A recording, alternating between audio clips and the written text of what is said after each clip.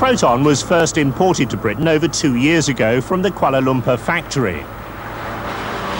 Since its launch initially through the Lada dealer network, they've sold over 22,000 examples and become the fastest-selling new make ever to enter the UK market. It's already overtaken some very well-known makes, and so far this year their sales are up 30%. That's in a market that's over 25% down on 1990. In February, the 200 dealers sold 1% of the total UK car market.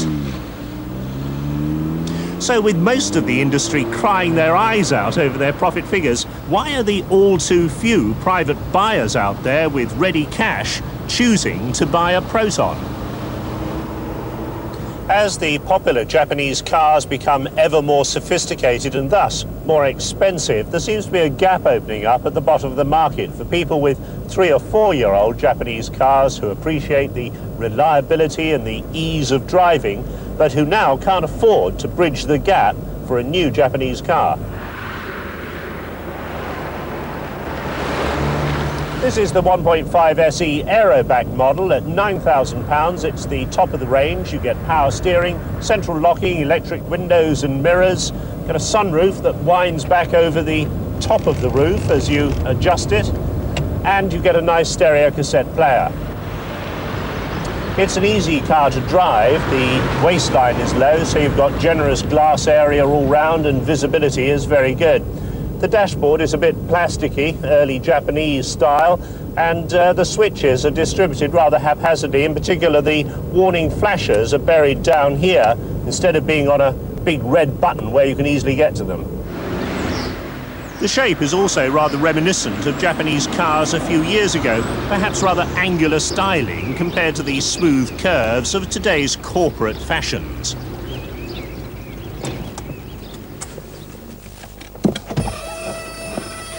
In any car, it's the little things that tend to annoy. In the Proton's case, it's a buzzer that goes off infuriatingly whenever you open a door and the key's left in the ignition. If the car was mine, I think I'd find the fuse responsible and simply chuck it away. Another extra on the Aeroback is the adjustable driver's seat, although you have to be very careful not to get your nails caught under the edge of the cushion as you operate it, unfortunately, as I did. Now, another surprising extra on the saloon version is a built-in aquarium. Now, apart from the fact that loose objects in the boot can fall into this well, it's also full of water. And it's not just down in this pocket. In the spare wheel well, there's evidence of an awful lot of water finding its way in. Don't know where it's coming from. Of course, maybe just water leaks on this particular car, but there is evidence that the fit and finish isn't quite up to Japanese standards.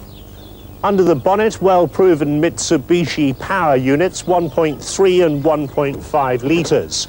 The 1.3 develops 77 brake horsepower, the 1.5 litre unit 85. Despite the difference in power output, the performance of both cars is virtually identical. Maximum speeds around 103 miles an hour and 0 to 60 in 12.5 seconds. So why buy the bigger engine version? Well, the company says it's got much improved mid-range pulling power.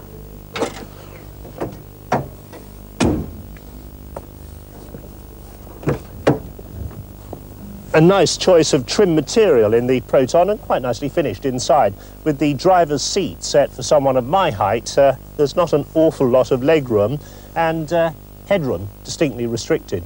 On the Aeroback version, there's a split rear seat which folds forward for access on long loads. For the class of car, the accommodation inside is pretty good.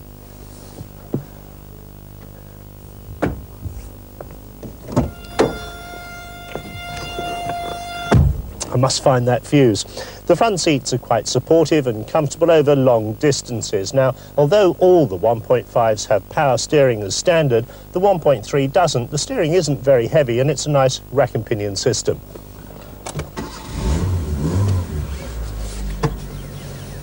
This is the base car of the range, the 1.3 GL Saloon. At £6,800, it comes with a 24,000-mile major service interval, a 2-year 50,000-mile warranty, and a 6-year 60,000-mile powertrain guarantee.